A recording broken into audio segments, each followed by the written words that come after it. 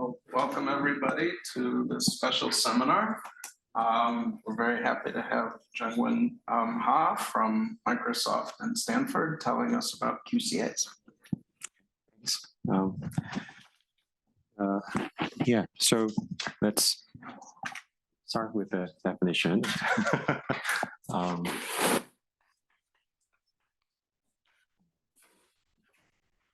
going to write math for arbitrary region on some lattice, some d-dimensional lattice, at each point of which there is some finite dimensional degrees of freedom. So it's well, this notation.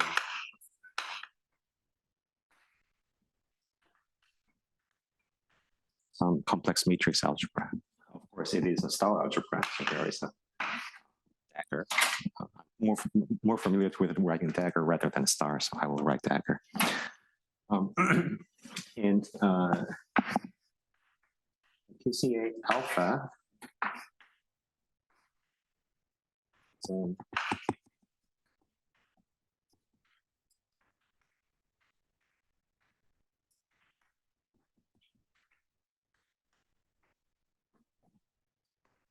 P again. Oh, matrix of size P with coefficients in yeah. So if S is finite, it's really a finite dimensional matrix algebra of dimension of rank P to the n. P doesn't have to be uniform, but for all purpose, you can think about it as uniform across all points. And if S is infinite, then you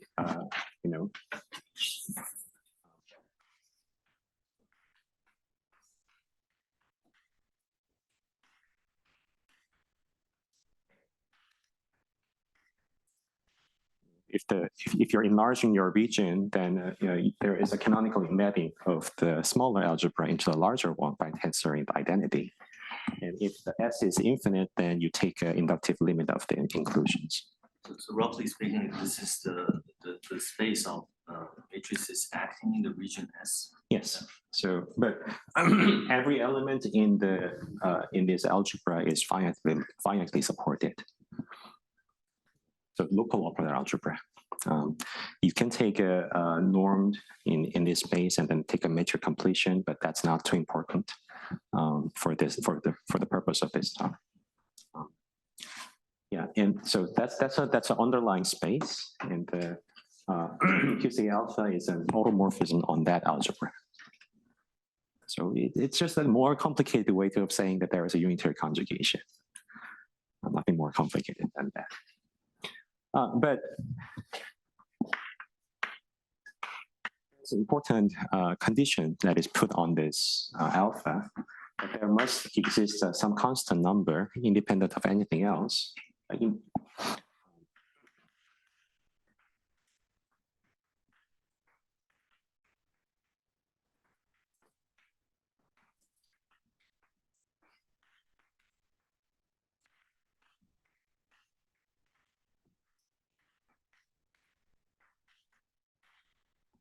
So this is my notation. So given a set, you consider the underlying space, my lattice has some metric, canonical metric, Euclidean one. And plus R means that region, you enlarge it by considering the R neighborhood. Any point within the distance R from that set is included in that enlargement. So that's the R neighborhood. So what does that mean? Given any operator X, that is always finitely supported, you map it by alpha, and that operator also is in the has some finite support, and that set must be a subset of the original ones with a slight enlargement. Okay, it is locality preserving.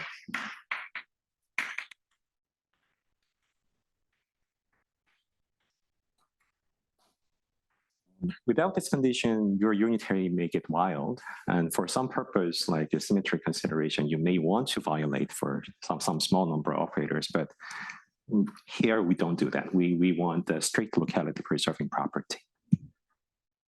Okay, is the definition clear?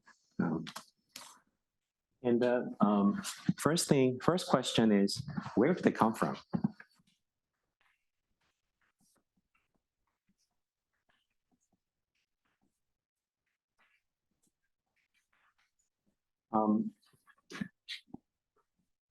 Let's think about, well, one trivial example is any unitary acting on some finite region. Then any operator that is acting outside that finite region will be identity, and something is scrambling at that point. But we will easily find some R such that this condition will be satisfied. Any composition of those finite things will also have this property. And as long as those unitaries are non-overlapping, we can take an infinite product of those. That's precisely the quantum circuit. You typically see a diagram of laying down in this fashion. And is a straight light cone under conjugation. And this range, this distance will be my range. So that's one example. But more interesting example is when you consider the boundary of one dimension higher. So this is my plus one dimensional space, and I consider some quantum circuit in that space.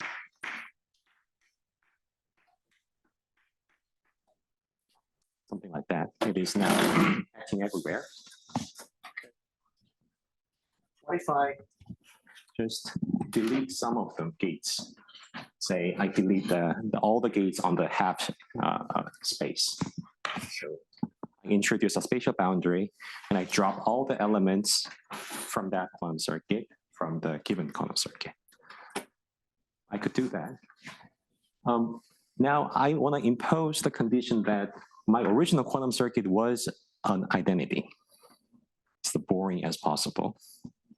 So more abstractly, well, slightly geometrically, what you should think about is, by quantum circuit, I mean you specify the locations and the space-time location for each gate, and I want to fix that. And imagine that varying the local gate within that fixed geometry of circuit. So, if you are making a computer program to implement this unitary circuit, then your program says, oh, what's the unitary to apply at space coordinate x and time coordinate t? Give me that. And there's an oracle to tell you, oh, at that location in space-time, use this. You could write it that way. Now, the oracle changes its mind from time to time that now if I ask now, then it says, oh, you apply identity there. And then at later program, now you apply spin flip there. One could do that. But now you can think about the continuous deformation of this oracle. So you're asking the same location multiple times, but the oracle says, well, my gate is now changing here. Your gate is changing there, and so on. So what I'm just saying is that there is a space of fixed depth quantum circuit in which you're thinking about some path, starting with identity. At the origin, every gate is identity, so automatically the composition is identity. As you go along the path, all the gates are now slightly deforming from identity, and people start to implement something non-trivial. And in this space, let's think about coming back to the original position. You're drawing a loop in that space. I said it slightly more complicated, but that can be thought of as some time evolution by quantum circuit, but end up in an identity in the end. Oh, maybe I explained it too complicated and necessary. Yeah, I want to consider the finite depth quantum circuit that end up being implementing identity. Like the total unitary is the identity, but total the unitary is individual identity. unitaries are not. Right. In that case, what happens if I erase the gates on the half infinite space? The action of the quantum circuit upon conjugation for a local operator will only depend on the gates within its light cone. And I said it is identity. So any operator here will not be impacted by this truncation. All the way up to the region, roughly the range of the original light cone size. On this side, there's nothing. So obviously it's identity. At the boundary in this region R, what happens? I don't know. But one thing I can say for sure is that any operator will see only gates within its light cone, the nominal light cone. So it will have this locality preserving property. So from an identity non-trivial circuit, I have identified some locality preserving unitary in one dimension lower. That's another source of a QCA. Alpha is fixed, right?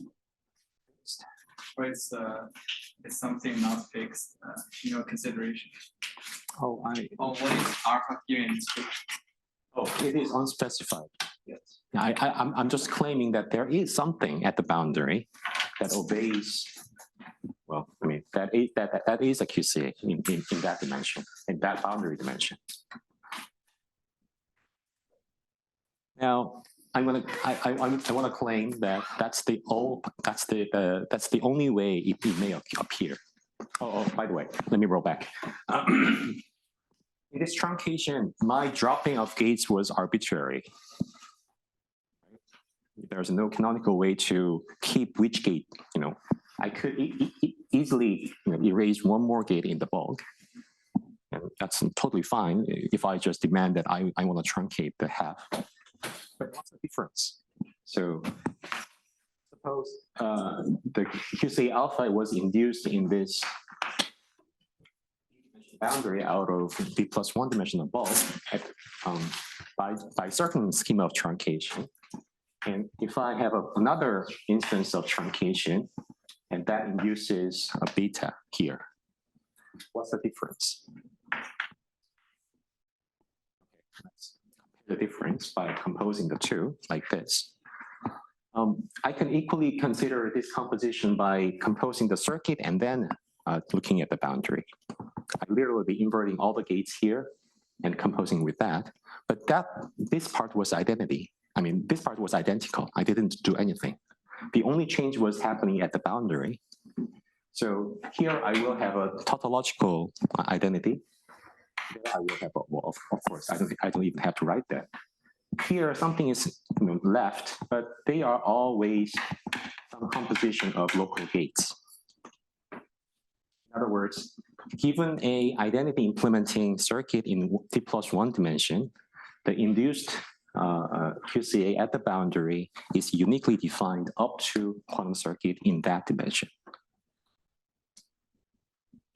And this is the motivation, one of the main motivation, that when we talk about the QCA alpha as automorphism, we want to mod out by those that are induced from the quantum circuits.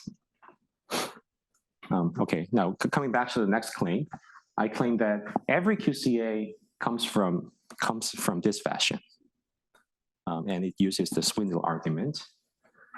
So as a mnemonic, I want to use that equation. It's a mnemonic. It's not a literal equation. How does that work?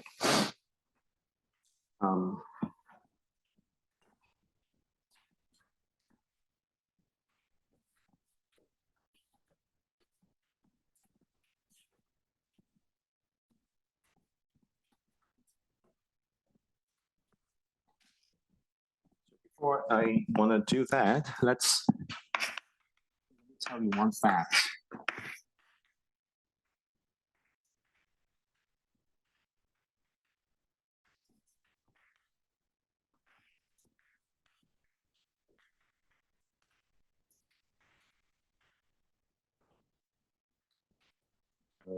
It's a one diagram argument.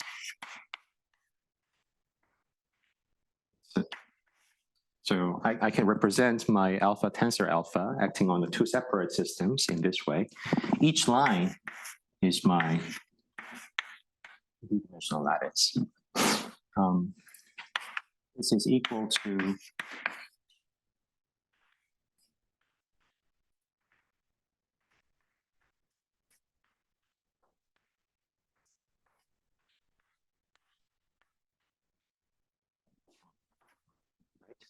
just swap, if I follow this line, some operator is put into this diagram, swapped, acted upon by alpha inverse, swapped back, and now here. And every operator here, swap here, acted upon identity, swapped back, and alpha. So this is literally that. But now I can interpret this diagram in this way. Separately, what's a swap between two systems? You individually swap the constituents. That is a quantum circuit. It's a composition of a local non-overlapping gates. Alpha conjugating this swap is going to be also a quantum circuit. Why? Swap, I said that it is a product of non-overlapping unitaries. Conjugating that unitary by alpha, by definition, is a local unitary. So overall, it is a product of local unitaries that are each of which are commuting with one another.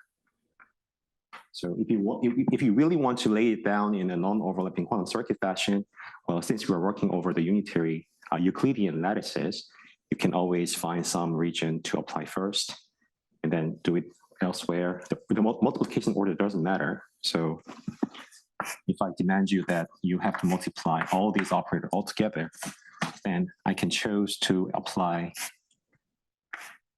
these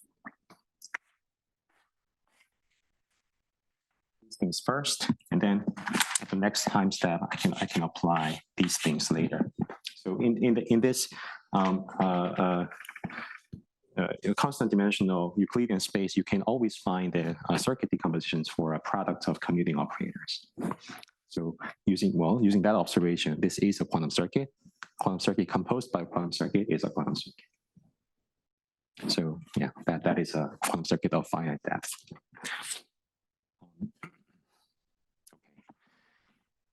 Now using that, I can create alpha tensor alpha inverse by some quantum circuit. So this is one extra dimension, and each point here is z to the d. I created alpha tensor alpha inverse by using this trick, and I do it again.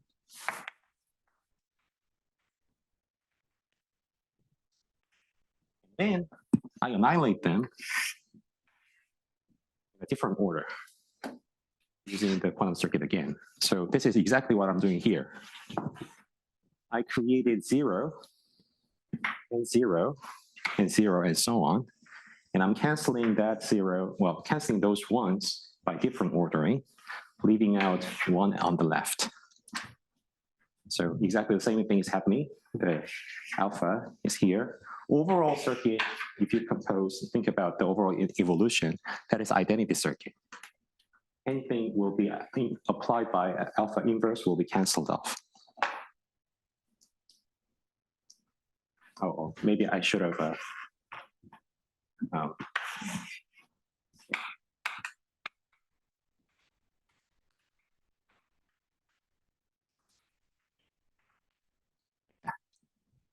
Everything is acted upon by either first by alpha inverse and then alpha, or alpha and then alpha inverse. And so you end up in identity. So I'm in this situation. And at the boundary, I'm left with my initial alpha. So any QCA appears at the boundary of one dimension higher. I guess if you work in finite volume, then one has to worry about the other end. Sure. In that case, you will always encounter alpha inverse left at the boundary. Okay. So let's understand the one-dimensional situation to prepare ourselves for the higher dimensional generalization. A useful equivalence relation is, there are various names, crossover or blending. So what is a blending? It's an equivalence relation among the QCA.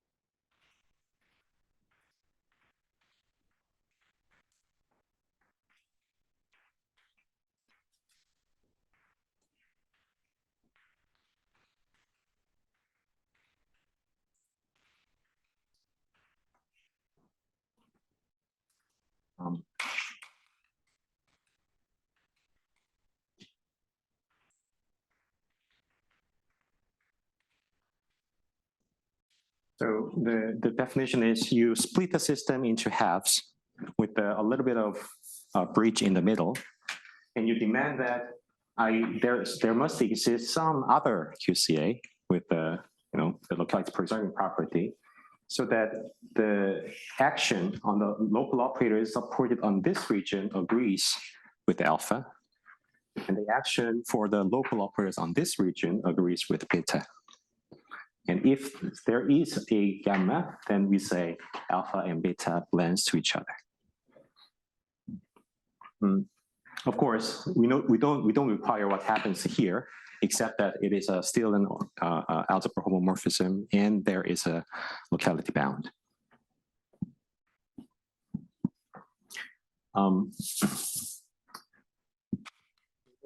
One-dimensional situation, the canonical example of a QCA is a shift. So we have some, C to the P at every site. And if you give me an operator at location I, then the alpha of X is located, is an operator supported on I plus 1. You literally shift the location of your operator. So let's test whether this shift QCA blends into the identity. Let's apply this and see what happens. We have to find a gamma whose action is shift on the left, and identity on the right. But identity, I don't have to worry about. I can just truncate and ask about the existence of gamma that is defined on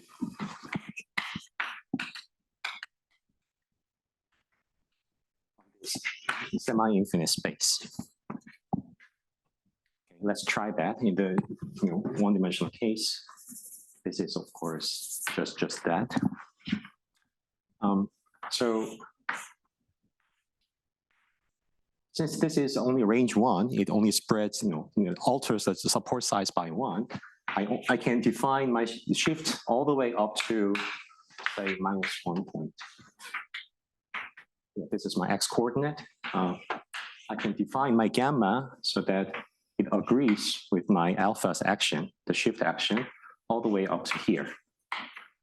Okay, I can do actually up to this point. Oops. I have defined my gamma for the local operators supported on this region.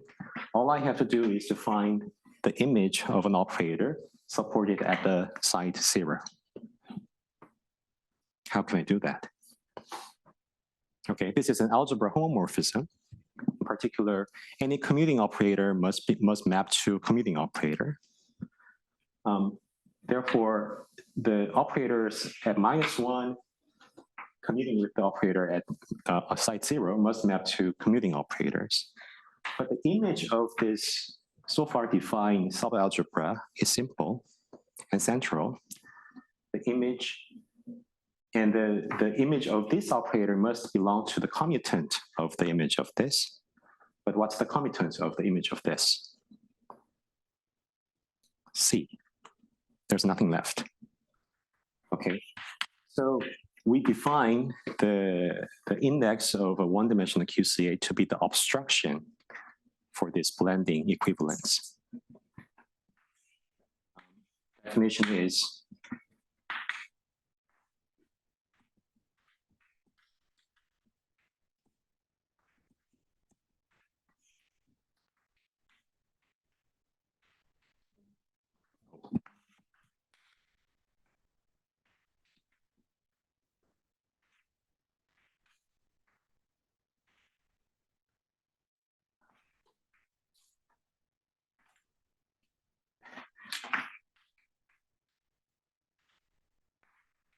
well, I just wrote it down for the words I said. Index is defined to be, by the way, when does when two finite dimensional algebras isomorphic that are both C star and simple, if and only if they are dimension the same. Two vector spaces are isomorphic if their dimensions are the same. The same applies for the simple algebras on the finite dimensional setting. So all you have to count is the dimension. So index is going to be the rational number that compares to the two dimensions. One dimension is a domain where I have not defined my gamma yet. In this case, just one site. And in the denominator, I count the dimension in the codomain of the dimension of the algebra, commutant algebra of the image of already defined piece. So in the special case of this example, domain has dimension P, and the codimension has nothing left, so has dimension 1. So yeah, P is my index. You can generalize to other non-shift QCAs in the same fashion. And So this is the obstruction to the identity? yes, and actually the complete obstruction. If this vanishes, then if the dimensions are matching, then certainly there is a room for the undefined operator to go. So that you can easily define what gamma is. And any change is fine, because any other change will be only differ by a local unitary, which I don't care. So yeah, I just explained what I was going to write. If the index vanishes, then the QCA blends into the identity.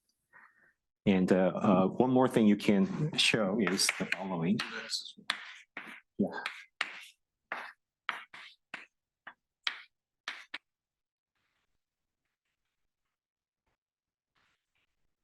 Index is invariant under circuit deformation. First, circuit always blends into identity. Why? You can simply drop the gates. And the dropped version of the circuit is my gamma, right? You can do what? Drop. And if my gamma was implemented by a quantum circuit, then alpha always blends into the identity. And the blending QCA is given by dropping the gates on the half infinite space. After a slightly more, well, okay, one more thing. This index is defined on the right boundary. You can define the index on the left boundary as well. But in that case, you have to switch the dimension to make the definition consistent. But modulo that, you can also show that the index does not depend on where the boundary sits. I artificially calculated my index by truncating my system at the middle point, 0, but you could do any point, and it doesn't matter. And because it doesn't matter, circuit composition does not alter the index, because whenever you apply a gate, you can always avoid that application point by moving your calculation point of index away from this gate. And if the index does not depend on the position, then the action of this gate should not matter. And the quantum circuit is always a composition of those. Yeah. I'm being very slow. For the shift symmetry case, yeah. Can you say again, why can't we find such a gamma? What do we pick to be the L? We pick L to be 1 in that case. So okay, just remind you, the blending definition requires to find a blending QCA, which agrees with alpha, the given alpha on the left, and the target QCA I'm blending into is the identity. So the left here is minus infinity to -1. Yes. Oh, So, and up until -1, you could easily extend your, well, there's only one candidate for your gamma, namely use the image of the alpha itself. On the right, there is only one choice that you could make. That's the identity, which I the didn't. right means 1 to infinity. Right, 1 to infinity. There, I didn't even bother to write it on the board. The middle point is left, and you have to find the images of the local operators there. Oh, by the way, why am I focusing on the local operators? Well, alpha is a homomorphism whose entire map is defined by the images of the local operators. So I only have to worry about that. And what's left at the middle point? Where should it go? It must go to the commutant of the established image, Right, because it's an actual homomorphism. But where can it go? Where's the commutant? Commutant is nothing. It's just a scalar. There's no room for receive this operator. So yeah. Very nice. So what if you just map it to further right? That's forbidden because I already have a definition of my B I see, beta. I see. So that zero blocks is the you. only thing that. Yeah, I see, I yeah. see, I see. Zero is the only thing that is left undefined. And you can compute the index efficiently by only having the map of the image of the local operators. Yes. And is it true that blending equivalence is the same as equivalence up to stacking circuits? In one dimension, yes. I was going to explain that. Yeah. So yeah. So why? If alpha blends to the identity on the right, then it must blend into the identity on the left as well. I didn't explain that part, but let's take it for granted. So you have some fuzzy action of alpha if the index is 0, that is now defined on some finite region. You also have a on the slightly shifted interval. I mean, there's interval on the somewhere far away. You also have such a thing. It all depends on the fact that index does not depend on the cut location. Now, bring inverse, then compose the two. What do you have? If you consider the action of a local operator here, goes through alpha and alpha inverse again. So you have an identity action, something fuzzy here, another something fuzzy there. Here, it doesn't see anything, and then it acted upon by alpha inverse, and something fuzzy over there. So the only non-trivial action of the composition is going to be supported on the blend, slightly smeared out complement of this. So, well, this times that is equals this. So you rearrange the equation to imply that this is a product of these two. And that is a quantum circuit. So blending equivalence and the circuit equivalence in this case is our equivalent notion. In higher dimensions, it's a bit subtle because for the possibility of infinite order QCA, which is still conjectural. Okay.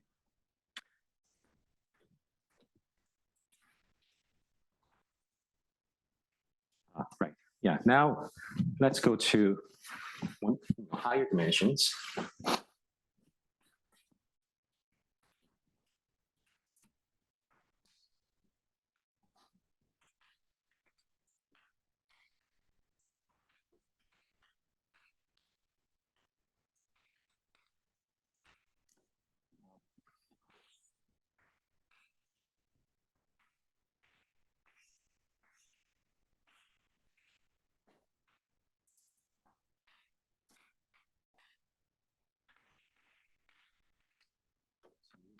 one dimensional boundary I want to introduce. And I ask if I could blend this alpha defined on the Z to the D into the identity. Well, it's the same game. If you go slightly deeper into the bulk by the range of my QCA, the local spread, then I can surely define my blending QCA gamma to agree with alpha. There's no other choice.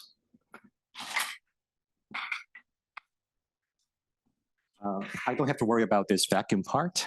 This is identity, so I don't worry about that. All the question boils down to whether gamma could be defined on this slab. But where can it go again?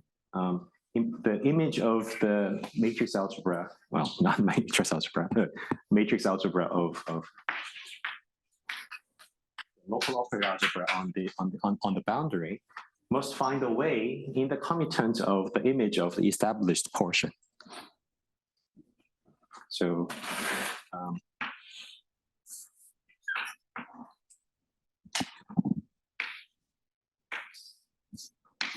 so my yellow part is the image part, codomain part. The white is the domain part. Something fuzzy, my image will look like something fuzzy here, but at some point, I'm sorry.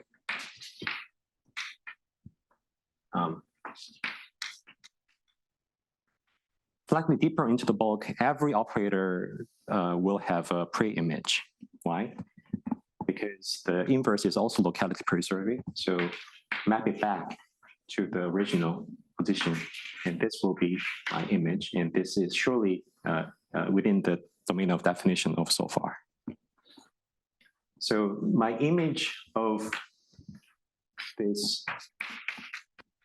white semi-infinite plane will have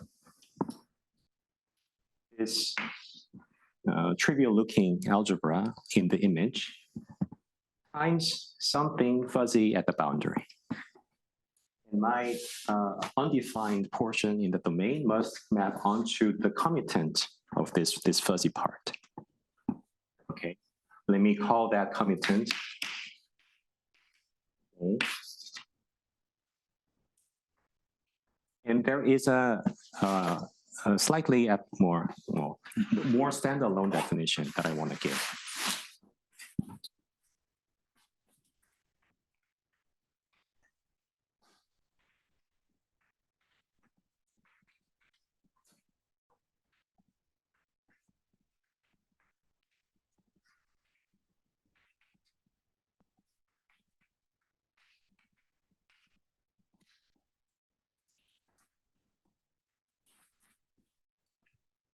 So I named it invertible subalgebra. It's an attribute given to a subalgebra inside a local operator algebra by the following. Let's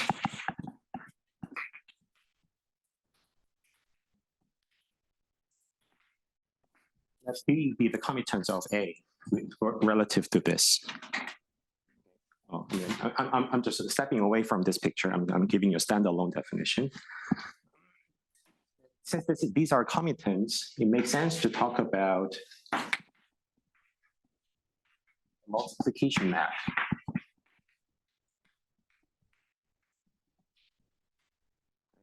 So, these are subalgebras. So you send the algebra, the element of A into this by inclusion, and send element of B by inclusion and extend it by the linearity, and that is a multiplication map. Since they are commuting, it's well defined. It's an algebra homomorphism. Condition for the invertibility is that this map must have an inverse. So they become algebra isomorphism. That's the definition. Why does it help? So in this case, A was my commutant. So the undefined region in white must find an image in A. Well, Oh, I'm sorry. Yeah, this is invertible subalgebra, and the trivial invertible subalgebra is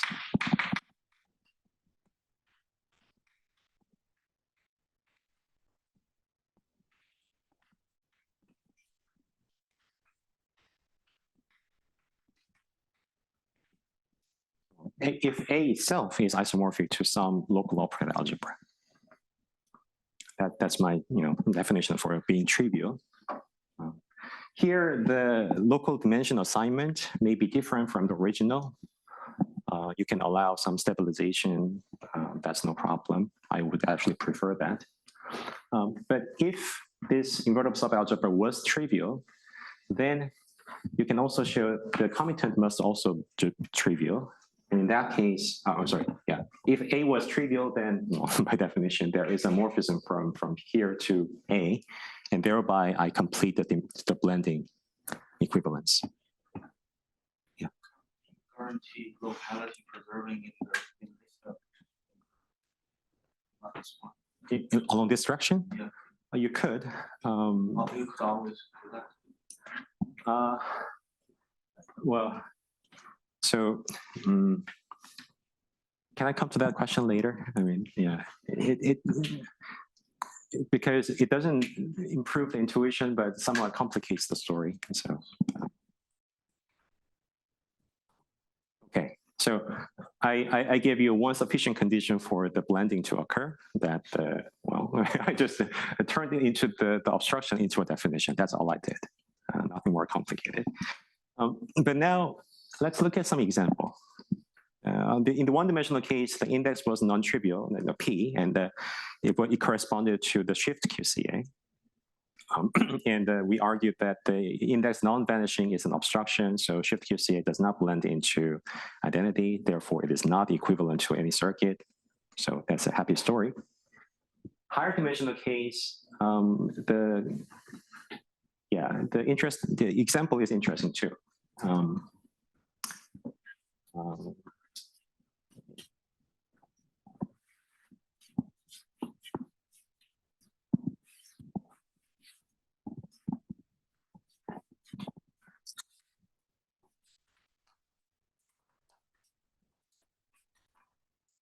Just to make sure I follow, so you say the sufficient condition for the blending to occur is that this A is a trivial invertible subalgebra?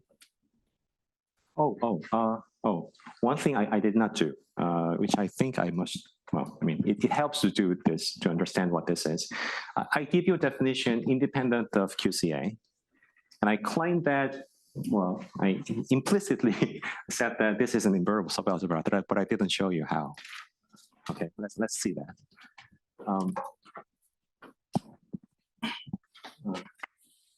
Okay, let me just squash down all the extra dimensions and draw a one-dimensional picture.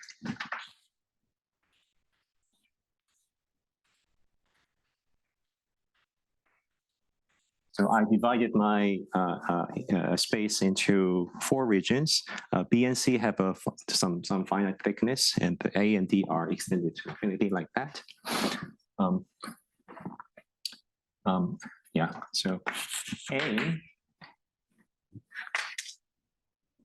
A lives in, A is a subalgebra here. And well, I chose A to be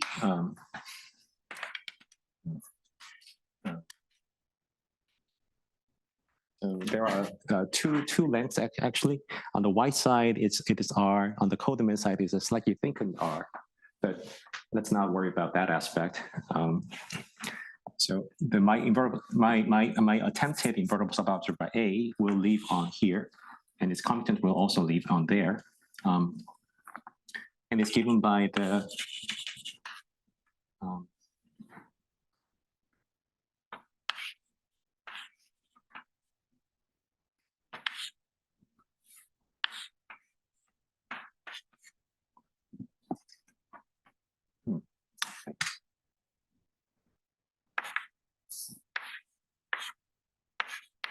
crudely speaking,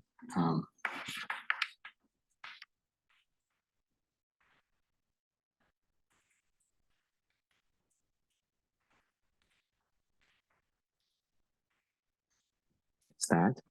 So I have to find the inverse map. Given any operator on BC, I should have I must be able to find a formula. So given any x in C, I must write x as a combination of products of these, A belonging to A and B belonging to script B. Well, what are those?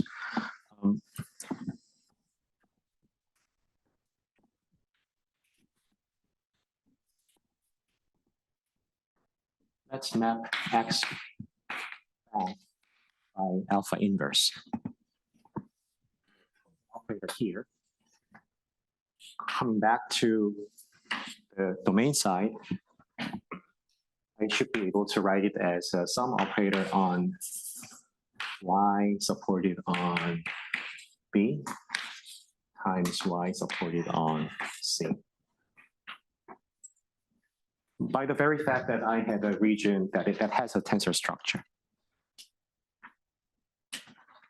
So alpha inverse of X is an operator supported on BC, and BC is a tensor product of two the local operator algebras. So I just followed that structure to write it this way. So X is then alpha of this expression, which is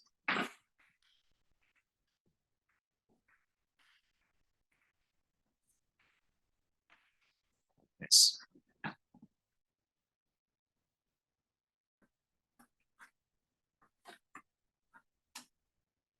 Yeah. Oops.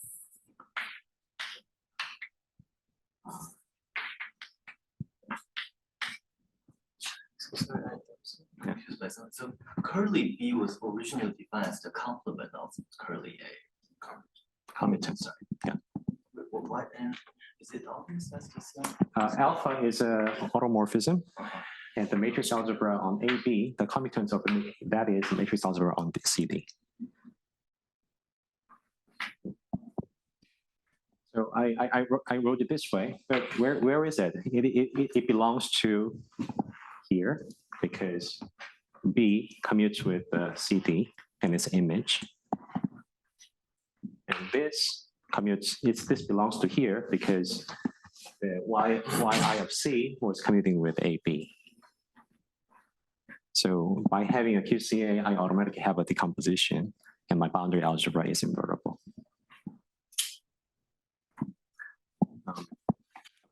So I promise to give you an example.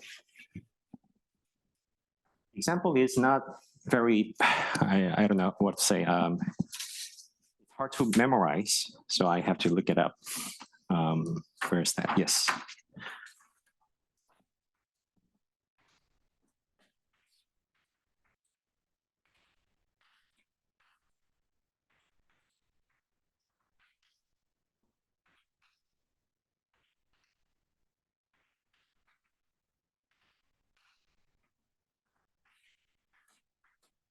It's not particularly enlightening, but I just want to show you how concrete it may be.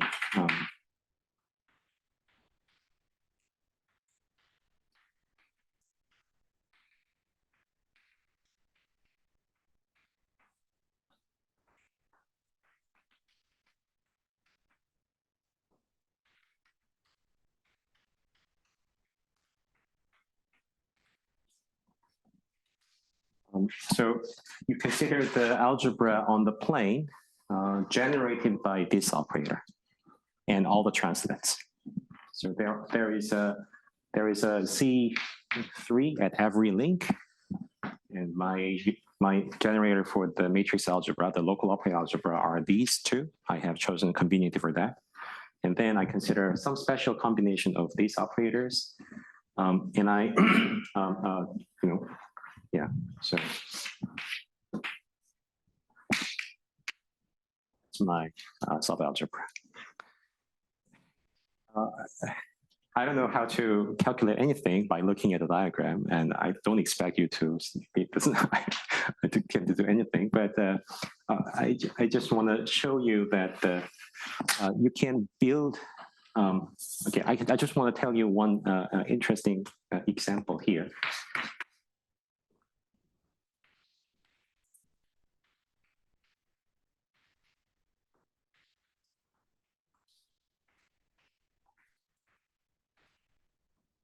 Maybe at this point I don't have to write it. There is a special combination of these generators to make a Hermitian operator and then form a Hamiltonian, a local Hamiltonian.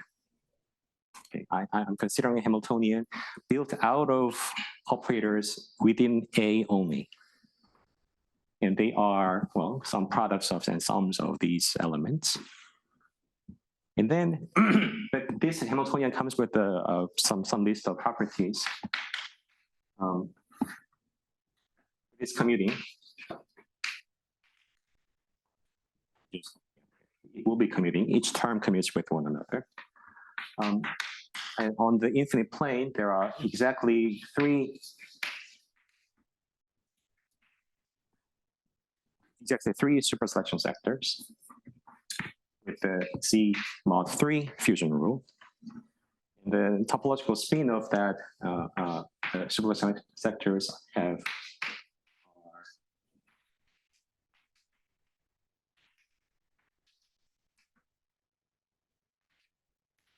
are those. So U1 level 3, Simons theory. Sorry? Yeah, two of the strings are the same. Yes. Oh, yeah. Yes. So the chiral central charge for this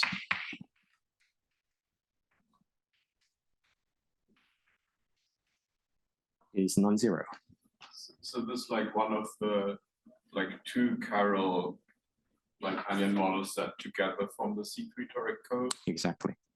Okay. So another feature, maybe 3. The complex conjugation, time reversal symmetric version of this Hamiltonian does not belong to this algebra, but actually it belongs to the commutant. And everything gets now complex conjugated, and it's exactly the time reversal, the pair of this. So one way to think about this is it is an interesting decomposition of the usual Z3 toric code in a way that I have a chiral copy there and a chiral copy there. One non-trivial feature is that my decomposition inherited from the algebra decomposition. And the algebra are commutants of each other. In this case, the commutant of A contains A itself? No. In this case, the commutant is actually exactly the time reversal conjugate of this. If you map the time reversal, yeah.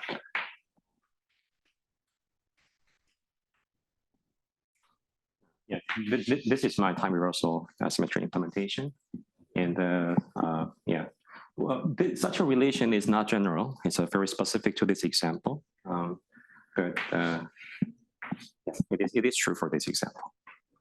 So, but doesn't every term in A compute with every other term? No. No. No.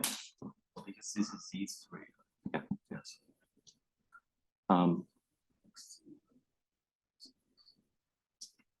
So, I mean, well, Hamiltonian is Hamiltonian is commuting. Hamiltonian is made out of elements from A. Sure. Yeah. Each individual term. Right. So it is a widely it is widely believed truth, conjecture that if you are only dealing with a commuting Hamiltonian, you will never be able to write down a chiral theory. Yeah, that's what I thought. That's what all people thought. I thought too. But this is a specific example that is violated. But this holds only if you're going to restrict to the Exactly. But where in that argument the commuting Hamiltonian cannot have a chiral charge, do you use the structure of the algebra? I do not know any argument along that direction. Such a thing must enter, but where? That's an open question. What is A exactly? A, Does this pattern extend or is Yes. this finite? no, it's an infinite plane and generated by these two elements and translates. Contrast. But those elements are just finite. Everything else is the identity. I have a question. I have actually two questions. Those three aliens correspond to one EM composite and E star M star composite. Mhm. Okay. And another question is, what are the support A, B, C, D in this picture, the lattice picture? Oh. This picture is one dimension higher. Yeah. So we're just looking at one. So now I just claim that this is an invertible subalgebra, and I claim also that it is, well, I conjecture that it is non-trivial in the very definition of trivial invertible subalgebra. Why? I again resort to that widely believed conjecture in a modified form. Okay. We have a tensor B that that is isomorphic to the underlying the usual local operator algebra, and here we have this, well, not an inclusion, but an element. But suppose, well, B is only a time reverse conjugate, so nothing. It's really a symmetric situation. Suppose B were isomorphic to the local operator algebra in the usual sense. The usual algebra, there's a trivial Hamiltonian that is commuting.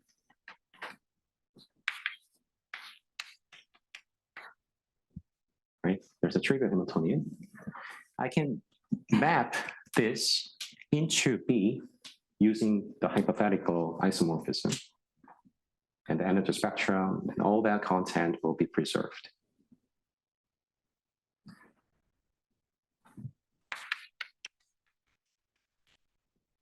Overall Hamiltonian, because the two are commutant of each other, is now consists of all the commuting terms. Terms from here is coming from this through the hypothetical isomorphism. This is, I gave you an explicit example. Overall is an Hamiltonian on the usual local operator algebra that is commuting. And a non-trivial topological particle content comes only from this. And that's chiral. And that's weird. So if you believe in the conjecture that commuting Hamiltonians do not realize chiral theory, if your underlying algebra was tensor product of the matrix algebras, then B must be non-trivial as an invertible subalgebra.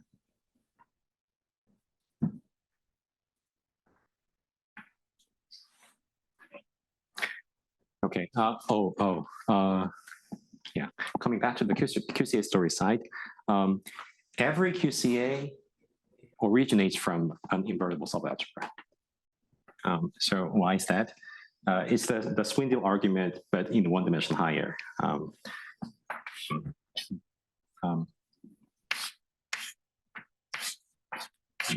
Just to remind you, we are working with higher dimension. I give you a schematic diagram that looks like this. So now bring E-1 matrix algebra decomposed in this fashion. And I consider a automorphism of these two copies of the D-1 dimensional system by swapping B part only. It's a slightly more complicated version of a swap gate. Okay, it's well-defined map, and it's an algebra homomorphism, or automorphism actually, within this. And what do I do with this?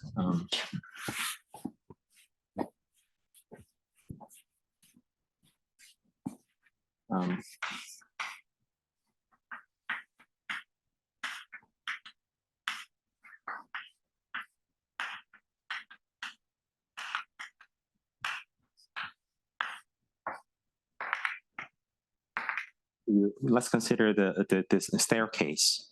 And each red block is this generalized swap. If you give me an operator that lives in A, it stays the same. if you give me an operator that live in B, it will be swapped and then reside here. So it is, translation invariant. And if you, so the composition of all the staircases is a QCA. Now, if you consider the boundary algebra, the obstruction to the blending to the identity, then you will exactly find A as the obstruction. So given an invertible subalgebra, I can construct a QCA in one dimension higher, such that post-boundary algebra is the given one. In that sense, every QCA in D dimension comes from invertible subalgebra in one dimension lower.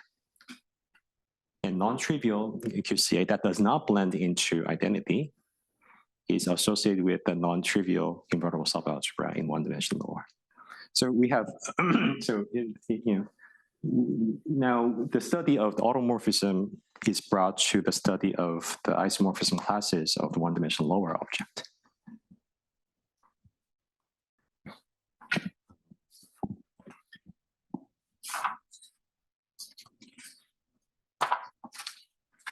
Right. Now for the remaining maybe 20 minutes or so, let me sketch. Yes. I understand the comment about the Carol. You say, so B in this particular case, you say it's just A bar, right? It's a time reversal. Yeah. But then isn't it clear that A bar is non-trivial? A bar, well, I mean, whatever morphism you may have for A, you take a time reverse conjugate of that morphism, and it will apply to B. So if A were trivial, B must be trivial as well. So in this case, A and B are both non-trivial. Right. Yeah. Because previously you say if we can show that B is non-trivial. You can slightly enlarge the class of trivial invertible subalgebras by allowing when you establish an isomorphism to the usual matrix algebra, you would want a direct isomorphism, but you could consider the stabilized version of it by allowing canceling in something else. And then this is a slightly relaxed version of isomorphism. And even in that sense, if B were trivial in this relaxed sense, then you encounter the same problem. When you say that this HZ sub 3 is a Carol topological order, you mean it at the level of the algebra, but is there anything you can say at the level of the Hilbert space? I did not. Good point. Good point. The discussion here, until I talk about this, there's no Hilbert space. It's just a purely algebraic, at the operator algebra level. And by analyzing the spectrum of the Hamiltonian, I introduce Hilbert space and representations of it, and thereby I discuss representation vectors. Right. Bringing in, So the claim is that the Hilbert space for this Hamiltonian is isomorphic to the same. The ground state of this Hamiltonian is equivalent to the Carol topological. Yes. Yeah. I mean, what's a state? A state is a linear function on the observables. So you made a restriction on the algebra. Right. You're looking at the sub-algebra. Right. But True. does that translate into any restriction on the Hilbert space? Like, does the Hilbert space restriction? Hilbert space have a tensor? Okay, so if you want to think about this as a linear function on the observables, then you could start with the usual Tori-Code ground state, and then interpret that linear functional restrict to the subalgebra. Well, that's exactly what I'm doing here. There's nothing wrong with that. Yeah, but if you, but that picture cannot be canonical. I mean, the bringing in the extra copy was a convenient choice for this example. But after all, state is it's a cyclic vector into representation.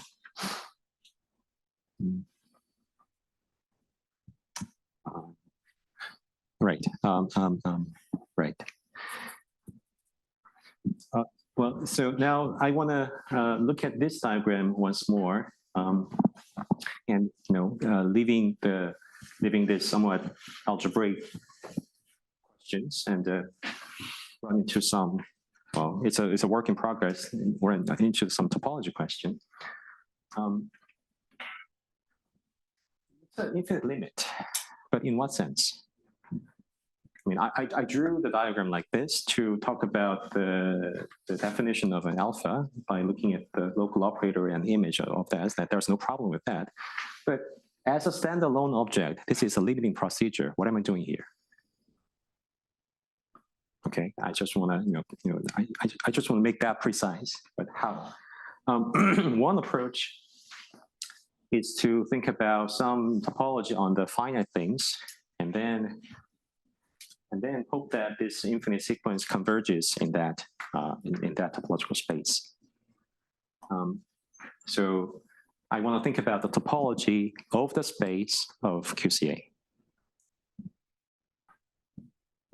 But we're working with infinite lattices, so there could be many different choices, and so I want to discuss a bit about that.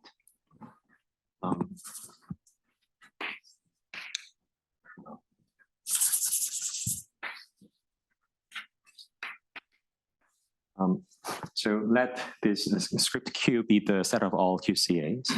And then I want to consider 3 topologies.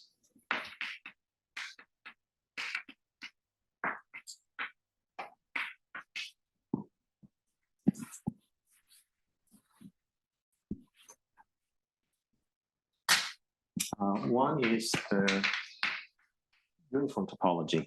It's a metric topology given by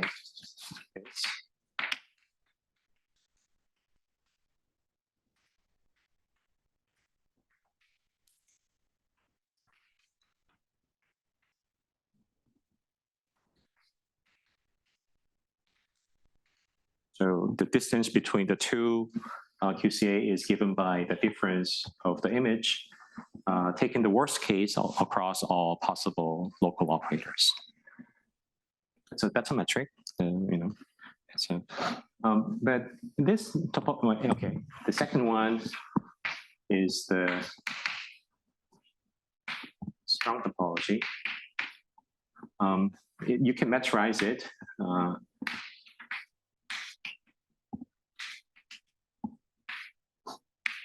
It is not very easy to read.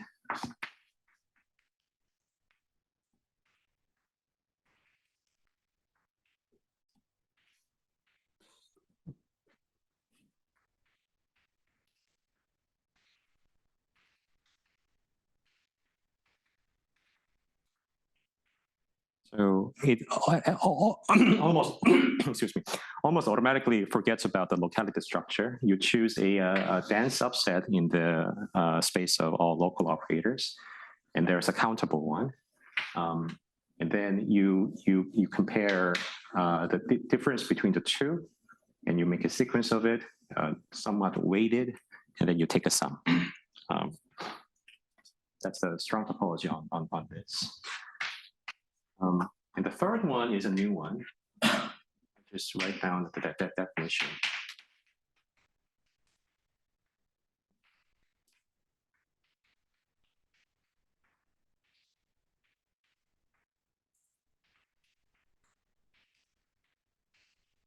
It is more similar to the uniform topology, but instead of using that, I penalize. I relax the closeness for the operators that have a large support. Yeah. This factor is the only difference. And let me just tell you that the problems with these, the first two. The first one, uniform topology, is actually the hierarchy of the topology. They are all comparable.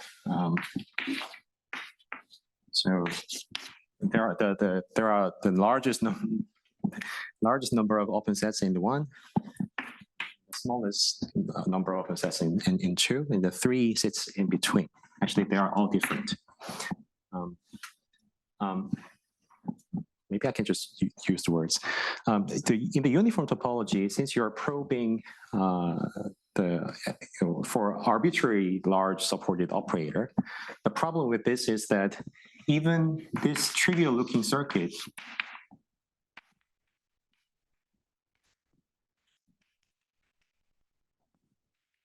so I apply a single qubit rotation at every site, depth 1 circuit, and I vary the time parameter here.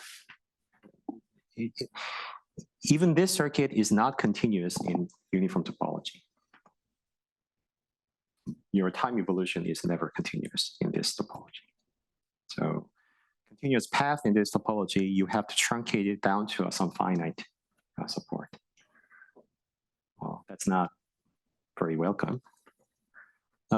Simply because if you plug in an operator that could pick up a phase vector from here, then say a GHC state, you plug in the projector onto the GHC state, then the rotation here will pick up the phase, and it gets faster and faster as you increase the size of the GHC, and it cannot keep up with this supremum.